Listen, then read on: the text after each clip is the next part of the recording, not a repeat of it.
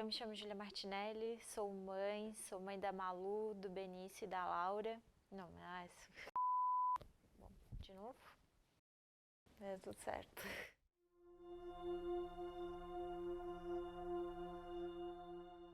Ela nasceu 8 horas da manhã, segunda-feira, 8 horas da manhã, no dia que eu fiz 39 semanas, metódica.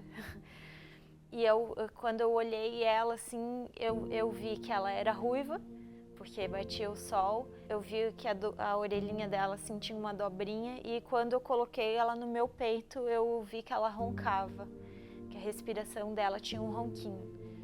E isso acompanhou ela a vida inteira, mas já era o primeiro indício, né? Só que ainda era tudo muito cedo. Eu comecei a desconfiar que a Laura tinha alguma coisa com 8 dias, que foi quando eu levei ela na primeira consulta com a pediatra. Então, eu lembro que ela fez todos os testes e eu fiquei olhando assim, eu sabia que tinha alguma coisa de errado. Aí eu peguei e questionei, né, por que ela não estava fazendo. Daí a médica disse, não, mãe, fica tranquila, ela já está cansada, já é a segunda vez que a gente está fazendo os testes de reflexo, então não precisa te preocupar, tá tudo bem. Não estava tudo bem, para mim não estava. Quando a Laura fez um mês, um dia eu liguei para minha mãe e disse assim, mãe, a Laura não vai andar. Aí ela disse, Júlia, o que tu tá falando? Tu tens um bebê de 1 mês, como assim não vai andar? Eu disse, mãe, não vai andar. Quando eu desço as escadas, eu botava ela sentada assim como se fosse uma cadeirinha no meu colo, e eu descia as escadas e a perninha dela ia balançando demais. Falei pro pai da Laura que ela tinha alguma coisa, ele disse que eu falei que eu queria levar ela no neuropediatra, ele disse que a filha dele não precisava ir pro neuropediatra, eu precisava ir pro psiquiatra. Então sempre foi assim, sempre foi uma luta constante, além quando a gente desconfia que o filho tem um diagnóstico, a gente ainda tem esse segundo aspecto, né? A gente não tem só que enfrentar o diagnóstico do filho, a gente tem que enfrentar a sociedade e a família. Então foi aí que começaram as reais dificuldades, mas era só o começo. O primeiro geneticista também disse que a minha filha não tinha nada, e nada que comprometesse também a expectativa de vida dela, que fizeram todos os exames anatômicos e viram que ela não tinha nada que pudesse levar à desconfiança de alguma síndrome um pouco mais severa, né? Eu nunca estava conforme com isso, mas eu comecei a estudar muito.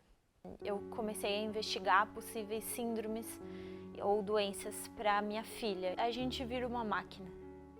É um banco de dados, é uma enciclopédia, e só existe uma alternativa, que é a luta. O sentimento a gente busca deixar um pouco de lado, a gente passa por cima dele, porque eu não tinha tempo para chorar.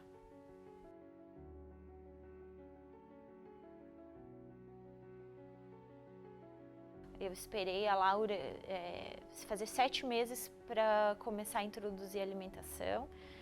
E tentei, assim, 1 dia, 2 dias, 3 dias. A Laura não conseguia. Eu lembro que eu olhava para ela assim, o que ela precisa agora? Então, eu tomava uma decisão por ela. Todos os dias. Deus disse, não, pode ver um termo de responsabilidade, a minha filha vai fazer a gastro. E, bom, eu assinei o termo de responsabilidade, 3 dias depois a Laura estava fazendo a gastro. E alguma coisa muito forte me dizia que minha filha não podia não acordar daquele procedimento. E fui eu que pedi o procedimento. Então foi assim, uma barra enorme, o primeiro grande desafio. E um dos médicos que estava no plantão, eles fazem exames assim habituais para ver como é que estava a criança. E daí eu nunca vou esquecer, assim, quando ele chegou no fígado, ele olhou assim para cima, daí eu pensei, Aí ele assim, olha mãe, o fígado dela parece estar um pouquinho maior, só que tu não te preocupas, depois que ela fizer a gastro, com calma, tu pedes para a pediatra dela prescrever um ultrassom e daí tu faz essa investigação. Eu subi pro quarto e comecei a pensar nisso, né? Aí o meu raciocínio foi, se esse órgão tá maior, é porque ele tá com alguma coisa dentro. Então se eu descobrir o que está sendo depositado no órgão, eu descubro que ela tem. E bom, eu tava pirando no quarto já, e entrou a médica, a nutróloga, porque a gente ia começar a ver qual dieta a Laura iria começar a passar pela gastro. E daí eu disse pra ela assim, segurei ela no quarto e disse assim, eu quero saber o que a minha filha está depositando no fígado dela. E você vai me ajudar nisso, você vai me dizer. Foi feito o exame da Laura para MPS e veio negativo. Eu sabia que era gangliosidose. Eu sabia que ali começava a contagem regressiva.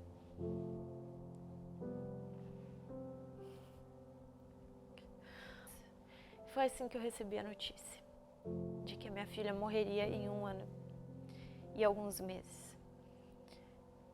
Eu sabia o que significava ter gangliosidose. Em virtude desse diagnóstico, eu sabia que a minha filha precisaria de um suporte muito grande, e foi quando eu entrei com a primeira ação judicial dela. Foi para uma medicação de alto custo, que tinha a função de diminuir os oligosacarídeos, né, o avanço da doença. O objetivo era que a gente segurasse o avanço da doença até que existisse uma medida, uma terapia, uma medicação que de fato pudesse trazer um efeito semelhante à cura para ela. Então era uma corrida injusta contra o tempo. A Laura precisava de uma dieta que custava muito cara também. E então, assim, a União e o Estado forneciam a medicação de alto custo, o município fornecia a dieta e o plano de saúde oferecia os atendimentos multidisciplinares. A Laura fazia fisioterapia especializada pelo Conselho Neuroevolutivo Bobat e RTA 2 a 3 vezes por dia, segunda a segunda. Fazia fono especialista também. E isso dava uma conta de quase 300 mil por mês. Então era imprescindível a ação judicial.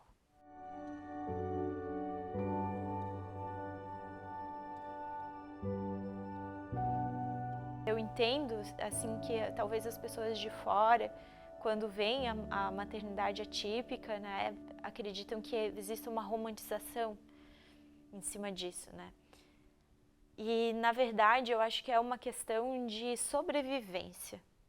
Porque se eu não amasse a Laura da forma tão intensa como eu amava essa criatura, eu nunca teria segurado o tranco. Porque ela precisava de mim 24 horas por dia.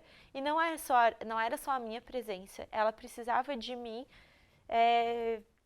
em empenho máximo em muitas áreas, como enfermeira, como pesquisadora, como advogada. Então, se o amor não fosse na mesma proporção, eu nunca teria dado conta. Por isso que hoje eu me coloco no lugar dessas mães que vêm com essa agonia no coração, desacreditadas por tanta gente assim, e eu pega lá dentro, sabe? Porque eu já senti isso. Eu já estive no seu lugar. Eu sempre digo assim, né? Eu já estive aí. A Laura faleceu dia 2. Eu fiquei completamente desnorteada, porque eu estava acostumada com uma rotina muito voltada para ela e intensa. Então, de repente, eu não perdi só minha filha, eu perdi tudo. E 5 dias depois do falecimento da Laura, meu telefone tocou e era outra mãe. E ela me ligou e disse assim, você tem uma filha que tem uma doença rara, né? Aí eu disse assim, minha filha faleceu, faz 5 dias. Aí ela assim, não, Júlia, não, olha só, eu vou fazer o processo com você, mas eu vou te ligar daqui a 1 mês. E eu disse pra ela assim, não, por favor, não. Me deixa começar a escrever agora o processo do seu filho, eu vou me empenhar ao máximo. foi assim. Então, naquele mês de janeiro, não entrou só essa criança, entraram mais 5. E assim foi. E no mês de fevereiro, entraram mais uns 10. E assim foi crescendo e e que até hoje, né, até este momento, é assim que o escritório cresceu, né? Essa rede de pais e de clínicas que acabaram vendo o meu trabalho e que vão se comunicando, né? Ela ganhou a ação do meu filho, ela ganhou a ação do meu filho, ela ganhou... E daí vai um falando para o outro e foi formada assim a rede.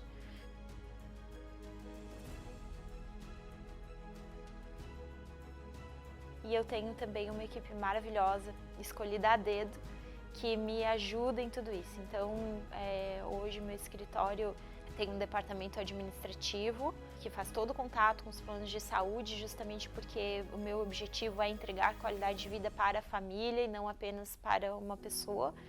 Então, eu não quero que os pais percam tempo indo na Secretaria de Saúde buscando negativas ou junto ao plano de saúde, perdendo tempo no 0800. Eu prefiro que os pais fiquem com seus filhos, que levem ao parque. E, enquanto isso, o nosso escritório trabalha. E daí eu tenho o time jurídico que me ajuda a escrever em cima do acervo que eu já escrevi.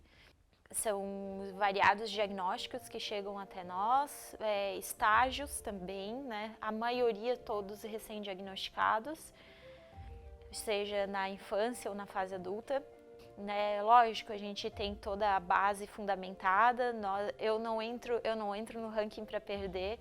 Então, quando a gente busca pelo direito e nós estamos certos de que possui evidência científica, nós fundamentamos dessa forma, nós falamos o que acontece no organismo com aquela medicação, com aquele tratamento, por que melhora o cérebro, né?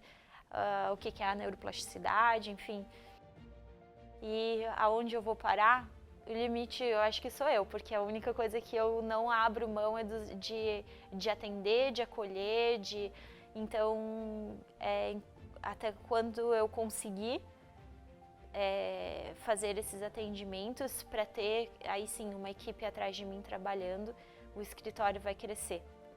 Espero que esteja bem longe de chegar no ápice. Eu tenho muito mais gente que eu gostaria de atender, de ajudar, de proporcionar o que todos até agora receberam, com dedicação nível Laura.